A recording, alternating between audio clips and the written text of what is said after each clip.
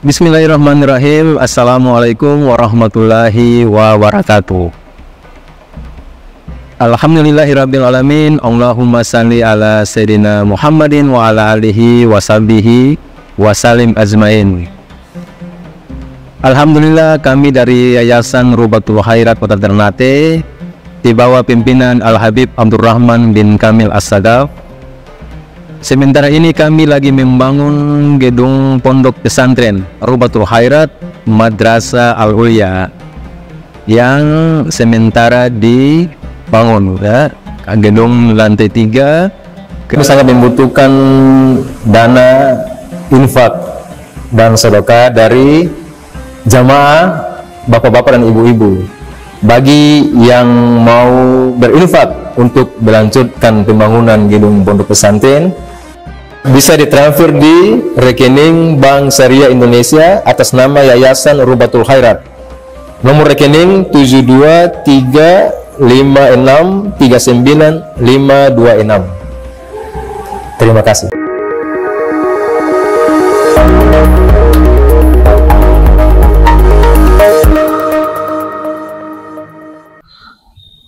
Adab yang ke-32. Wa min adabil mujalasati aidan idza su'ila jalisuka an syai'in an la tubadira anta ila al-ijabati anhu bal yanbaghi an la taqula fihi syai'an hatta tus'ala anhu fa inna dhalika ahfadhu li adabik wa anbalu li syakhsik ya wa arfa'u li hadithik wa magamika. Adab yang 32, daripada adab mengobrol juga adab berbincang. Apabila ditanya teman dudukmu tentang sesuatu pertanyaan, kamu jangan langsung ikut menjawab, tapi selayaknya kamu jangan berkata sesuatu apapun hingga kamu yang ditanya. Nah, ini juga adab, ya. Karena ada tuh kadang nanya ke orang lain yang dia misalnya, nah, ini jawabannya bagaimana ya? Saya mau tanya masalah ini. Tahu-tahu dia sebelah bilang, oh itu jawaban begini. Maafi adab, yang ditanya ini nih. Sekalipun kamu tahu jawabannya, ya diam di situ. Dikatakan jangan kamu menjawab, jangan segera kamu menjawab, dan jangan berkata apapun kecuali hatta tus'ala anhu, kecuali engkau sendiri ditanya. Fa inna dzalika ahfad li adabik, karena hal itu lebih menjaga adabmu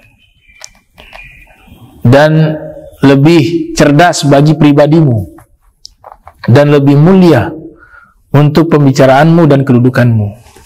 Artinya kalau ada orang bertanya ke orang lain, kita jangan jawab, karena yang ditanya orang itu bukan kita, sekalipun kita tahu jawabannya. Lain halnya kalau dia bertanya ke kita, ini bagaimana ya? Antum tahu jawabannya? Oh iya, kalau nggak salah sih begini ya, gitu. Ini tanya di sana yang jawab. Gimana ini pertanyaannya begini sana? Oh begini dilihat. Oh betul, iya begitu. Yang ini meraju sudah, yang jawab sudah. Tuh, yang jawab sudah. Ajib, ya? Adab. Ini sehari-hari yang biasa. Itu. Jangan dulu bicara ruh menyatu dengan ruh dulu nih. Adab dulu. Adab gak benar bicara ruh menyatu dengan Allah, bagaimana? Ketinggian. Ya. Ma'rifat bisa lihat Allah. Bisa adab berantakan bisa lihat Allah, bagaimana? Ini gak paham nih. Adab sederhana ini, adab nih sebenarnya sejak dari kecil kita sudah harus dapat ilmu begini. Adab Islam semacam. Dan zaman sekarang sudah jarang tuh. Mungkin yang sekolah zaman-zaman dulu pendidikan adab, moral, itu kan satu hal yang baik tuh. Ya, sopan santun, etika, moral, adab. Ada pelajaran zaman-zaman dulu. Nah, tapi kalau memang dalam adab Islam lebih universal. Ya. Dia lebih sempurna.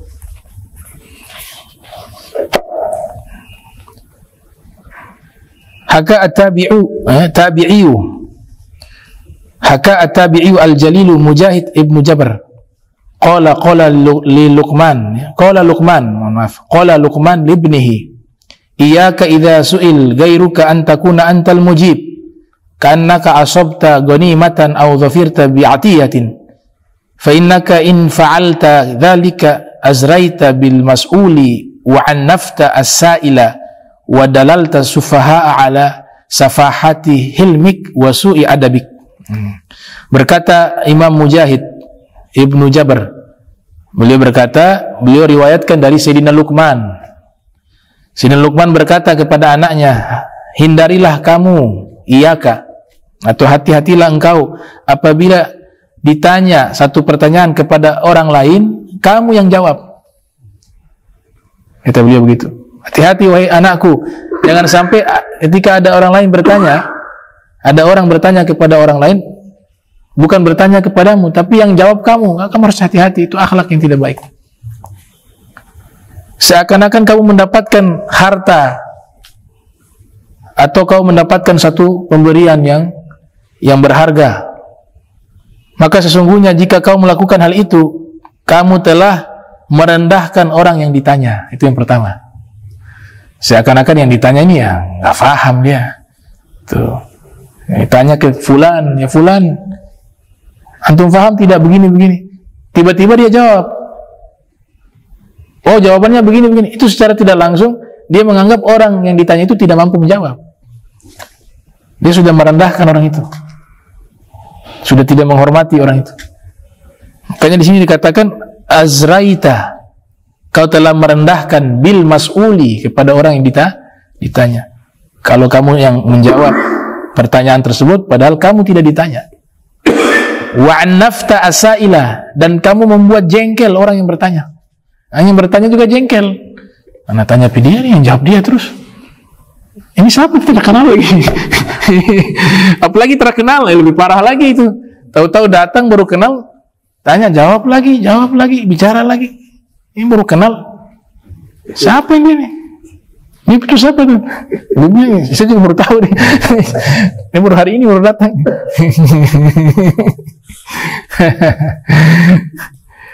Ajib memang. Wa annafta, annafta membuat kamu membuat jengkel. As-sa'ila, orang yang bertanya. Wa dalalta sufaha'a ala safahati hilmik wa su'i adabik, dan kamu sudah menunjukkan kepada orang-orang bodoh kedunguanmu. Ya, safahati hilmik itu kedunguan. Wa su'i adabik, dan buruknya adabmu. Ya.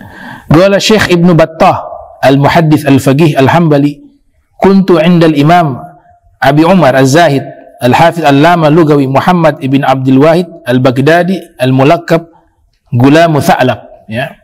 Berkata Syekh Ibnu Battah, seorang ahli hadis, ahli fiqih mazhab Hambali, saya berada di sisi al-Imam Abi Umar Az-Zahid al-Hafidh al-Lama al-Lugawi Muhammad bin Abdul Wahid al-Baghdadi, yang diberikan julukan sebagai anaknya Tha'lab. Fasu'ila an mas'alatin, pernah ditanya suatu masalah. Fabadartu ana, maka saya segera ajabtu, ya.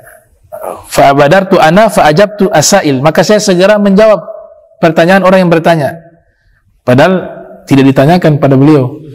Faltafata ilayya Abu Umar Az-Zahid, maka Abu Umar Az-Zahid melihat kepadaku, menoleh kepadaku, faqala li, dan berkata kepadaku,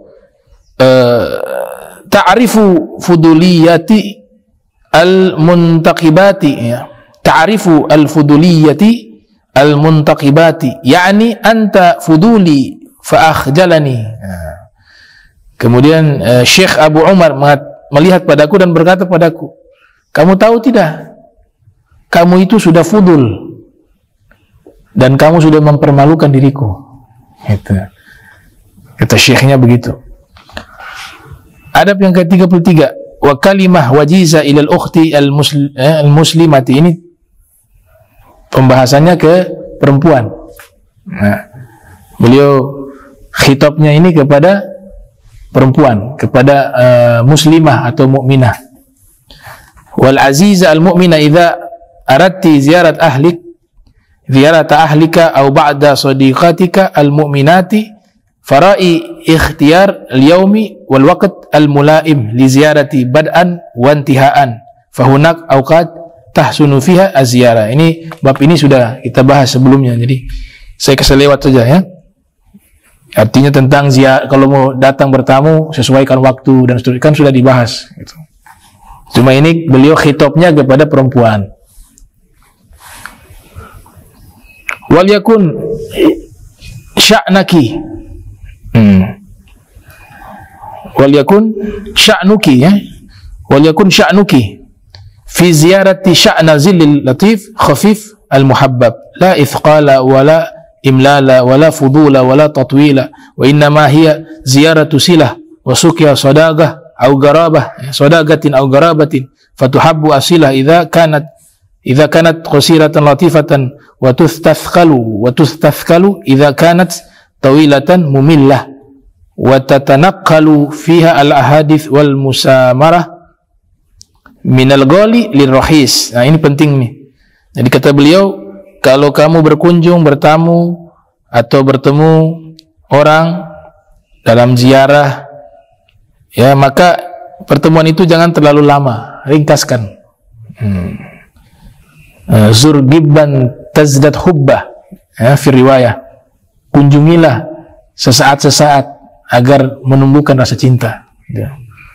Tiap hari dari jam 10 sudah ada, 12 ada, sore ada, malam ada. Yang punya rumah bosan, nah, dia lagi. Ya, kunjungi sesaat-sesaat gitu. Beda kalau tinggal ya. Tinggalnya salah paham lagi yang tinggal di sebelah. Ya, yang tinggal ini tamu nih, ceritanya tamu. Yang tamu datang dia lagi. Baru bangun tidur, dia lagi. Datang, Assalamualaikum, waalaikumsalam. Cerita lagi. Habis dohor, dia lagi. Asar, sore, dia lagi. Malah, muak nih. Makanya riwayat itu betul tuh. Zur gibba tazdad hubbah. Kunjungilah sesaat-sesaat, niscaya kamu akan menambah rasa cinta. Gitu. Kan kalau dia lama gak datang, rindu kan? Mana gak lihat ya? Ya, itu. Ya, hanya rindu ketika bertemu, enak. Itu. Kemudian ketika obrol di sini, adabnya luar biasa nih. Ya, Syekh Abdul Fattah wajib. Ya. Nah, beliau mengatakan di sini, kalaupun sudah bertemu, jangan obrol terlalu panjang lebar. Akhirnya lama-lama pembahasan yang mahal jadi murah. So habis tema sudah bicara ngaco sudah. Itu kan. Yang mahal jadi murah. Berkata at-tabi'i al-jalil Muhammad bin Shihab az-Zuhri, "Idza tala al-majlisu kana lisyaitan fihi nasib." Kata Imam Shihab bin az-Zuhri, ya, gurunya Imam Malik.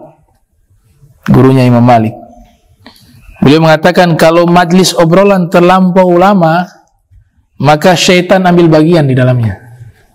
Saya lihat tuh yang orang kerjaan buang-buang waktu, itu karena terlalu lama ngobrol. Dan ngobrolnya dari awal sampai akhir gak ada yang manfaat. Akhirnya lama-kelamaan obrolan yang tidak bermanfaat, lama-kelamaan akan memunculkan perbuatan yang tidak bermanfaat. Perbuatan yang tidak bermanfaat lama-kelamaan akan membuat perbuatan jahat. Itu sudah rumus dari Nabi kita Muhammad SAW. Ya. Min husnil islamil mar'i tarku ma la ya'ni. Dari bagusnya keislaman seseorang, dia meninggalkan hal yang tidak bermanfaat bagi dirinya. Al-Imam Syafi'i mengatakan, kalau kamu tidak sibukkan dirimu dengan kebaikan, maka dirimu akan sibukkan kamu dengan kejahatan. Nah, jadi betul nih kata beliau nih, obrolan terlalu lama jadi ngawur, sana jadi udah gunjing orang, sudah jelekkan orang, sudah ngobrol yang gak ada manfaat. Jadi dari tidak manfaat obrolan, dia beralih kepada obrolan yang mendatangkan dosa. Nauzubillah min dzalik. Kenapa? Karena majlis yang terlalu lama, obrolan yang terlalu panjang, kata Al-Imam Shihab bin Az-Zuhri, Al-Imam Al-Alim Al-Jalil, ya, mengatakan bahwa syaitan ikut ambil bagian. Gitu.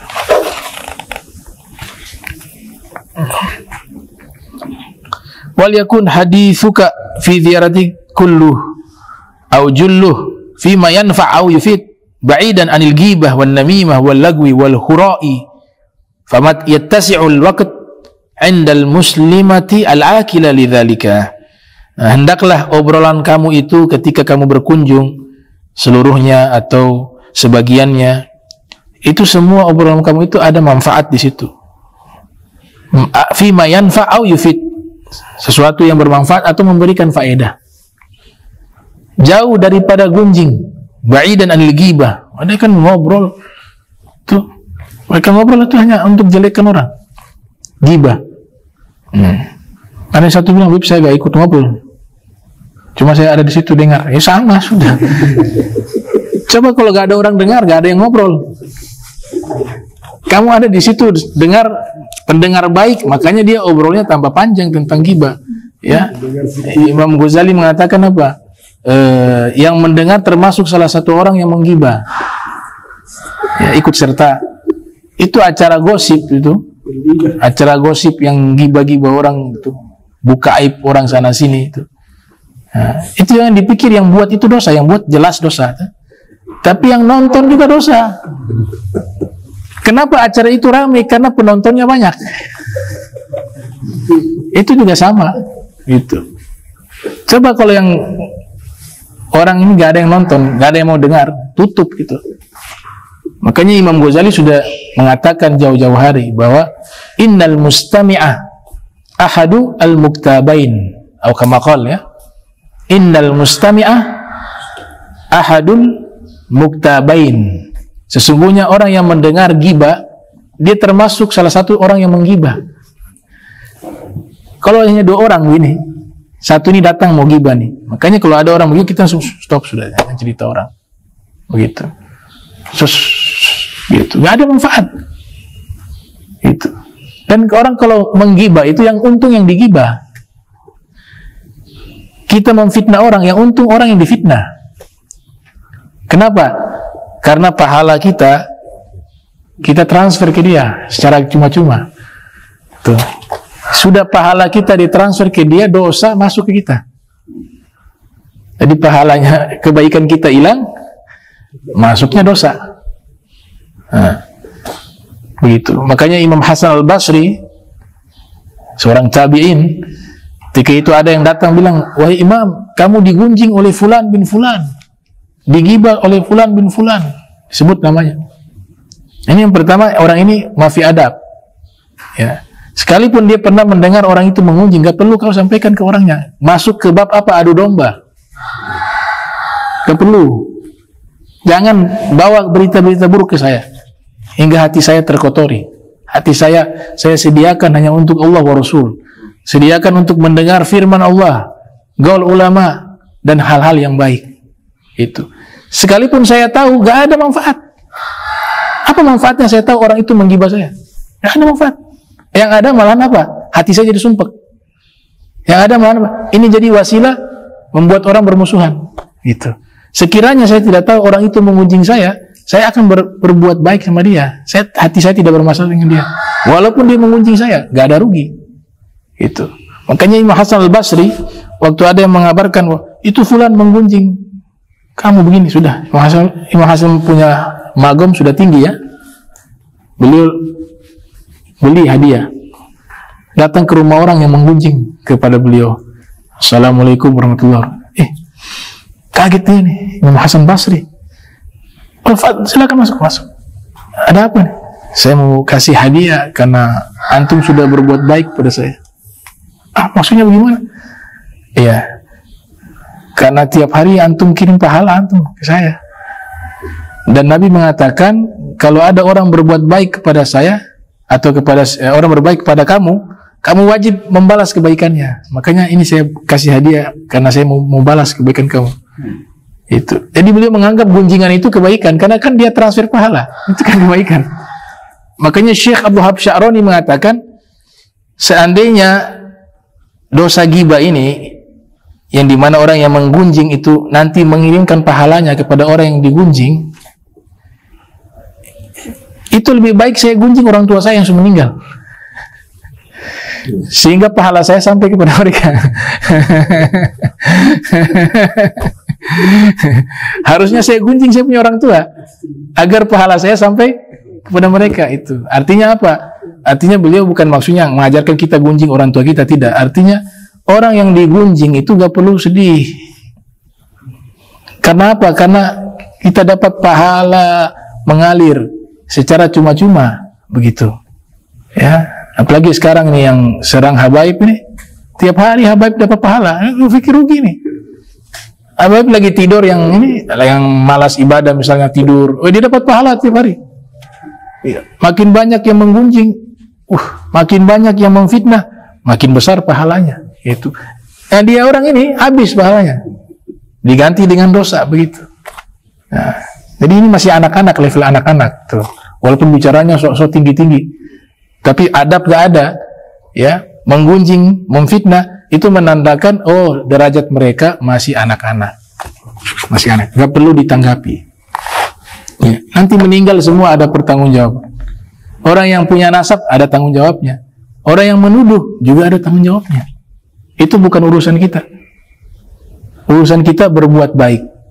Urusan kita berakhlak, urusan kita menjaga lisan, urusan kita berkata yang baik. Itu digunjing, digibah, ya.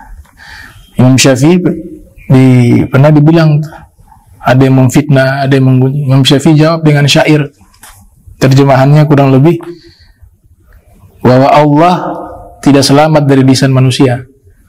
Allah Tuhan dibilang punya anak, punya istri. Nabi Muhammad SAW, manusia yang paling baik, yang paling sempurna akhlaknya, gak selamat dari lidah manusia. Dibilang orang gila, penyihir. Apalagi hanya seorang Muhammad bin Idris. Siapa saya? Gitu. Artinya, ridhon nas goyatun la tudrak. Untuk bisa menggapai semua orang senang kepada kita, itu satu hal yang gak mungkin dicapai. Pasti ada yang gak suka. Pasti ada yang gak suka. Antum kalau dihasuti orang, itu karena antum punya nikmat yang gak dimiliki oleh dia. Itu kullu dzi ni'matin mahsud. Setiap orang yang punya nikmat dihasuti. Itu. Jadi antum punya nikmat itu, maka dihasuti. Nah, orang hasud yang dalam hatinya ada kedengkian kepada siapapun, ini juga ruginya sama seperti orang yang gibah. Apa itu kata Nabi? Iyyakum wal hasad fa innahu ya'kulul hasanat kama ta'kulun narul hatab. Hati-hati dengan sifat iri hati, dia menghancurkan semua pahala kebaikan. Sebagaimana kayu bakar itu lebur menjadi abu, dilahap oleh api. Itu rugi. Tuh. Salat sudah susah payah, zikir, baca Al-Quran, hadir majlis, belajar ini, belajar itu. Tapi hati tidak bersih, hati kotor, semuanya hancur, sia-sia. Dunia yang luas terasa sempit kalau hati kotor. Tapi orang yang hatinya bersih, yang sempit terasa luas.